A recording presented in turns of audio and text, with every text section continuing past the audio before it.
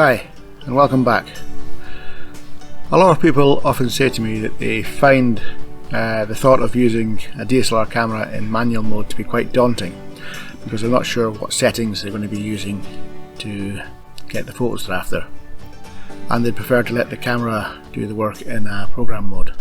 I guess I can see where they're coming from on that. I mean, if you spent an awful lot of money on a high-tech bit of kit that's pretty sophisticated, you'd kind of want it to do the work for you.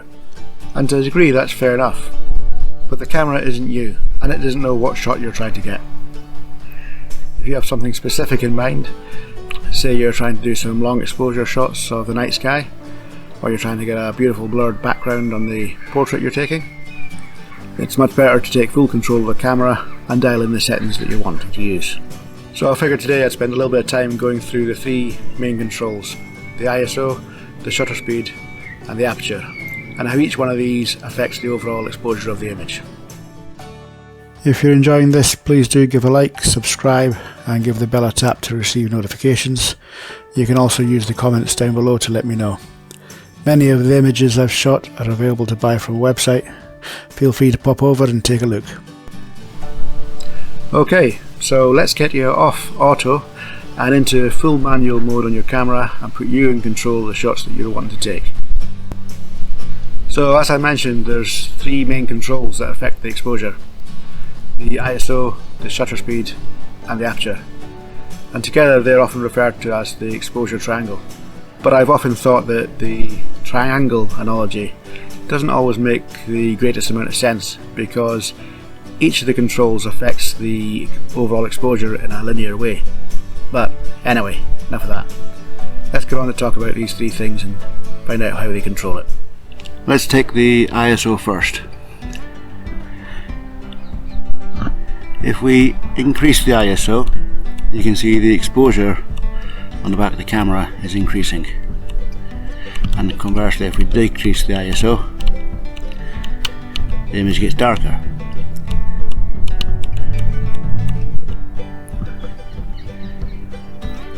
And if we look at the shutter speed, if we increase the duration that the shutter is open for, i.e. slow down the shutter, you can see the image gets brighter.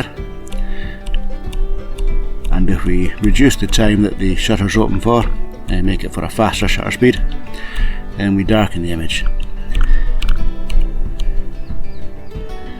And for the aperture, if we increase how wide open the aperture is, it becomes a brighter image, and then if we decrease the aperture, the image becomes darker.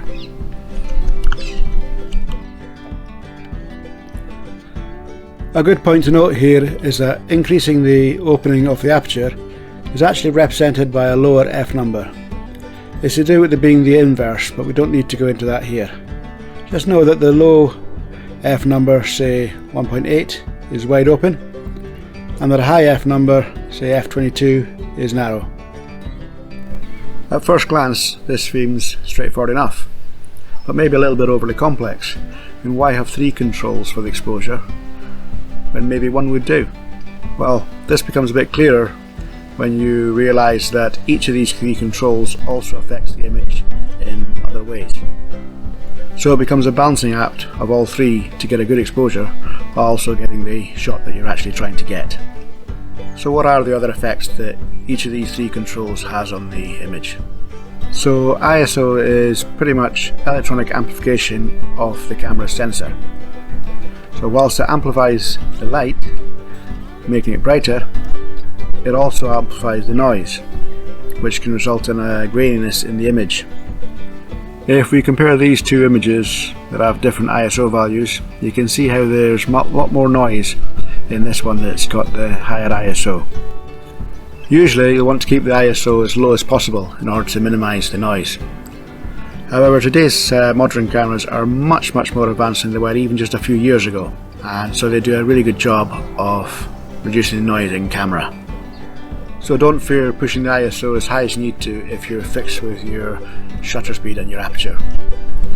If I'm shooting outdoors and the light's very changeable, I'll often leave the ISO on auto ISO and have manual control of the other two settings. The longer you have the shutter open for, at slow shutter speed, the more motion blur you'll see in the final image.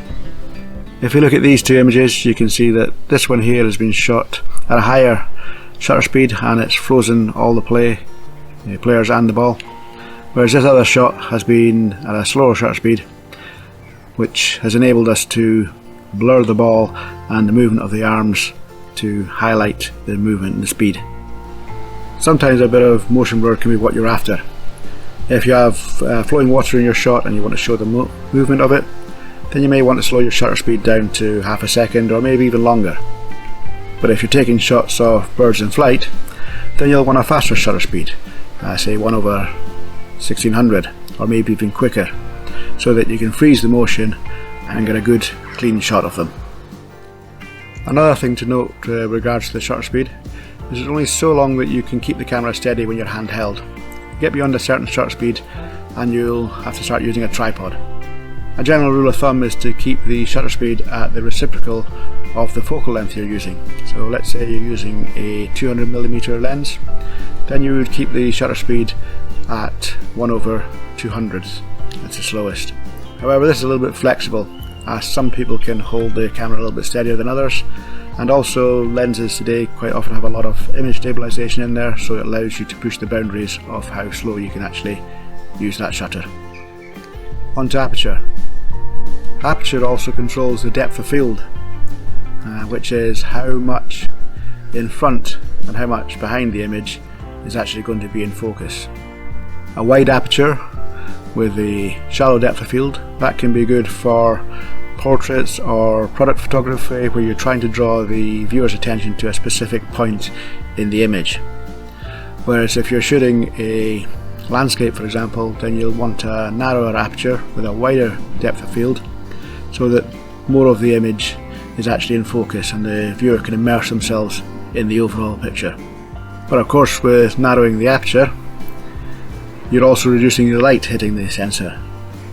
So you'd have to slow down the shutter speed to let more light in or increase the ISO. So you see how it becomes a playoff from one control against the other.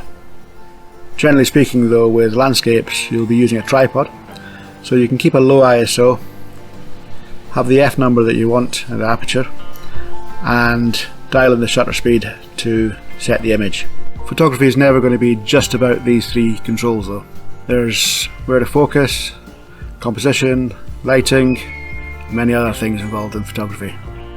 But understanding the exposure is key to enabling you to take full control of your camera and allowing you to explore your creativity to take the photos that you want to take rather than the photos the camera wants to take.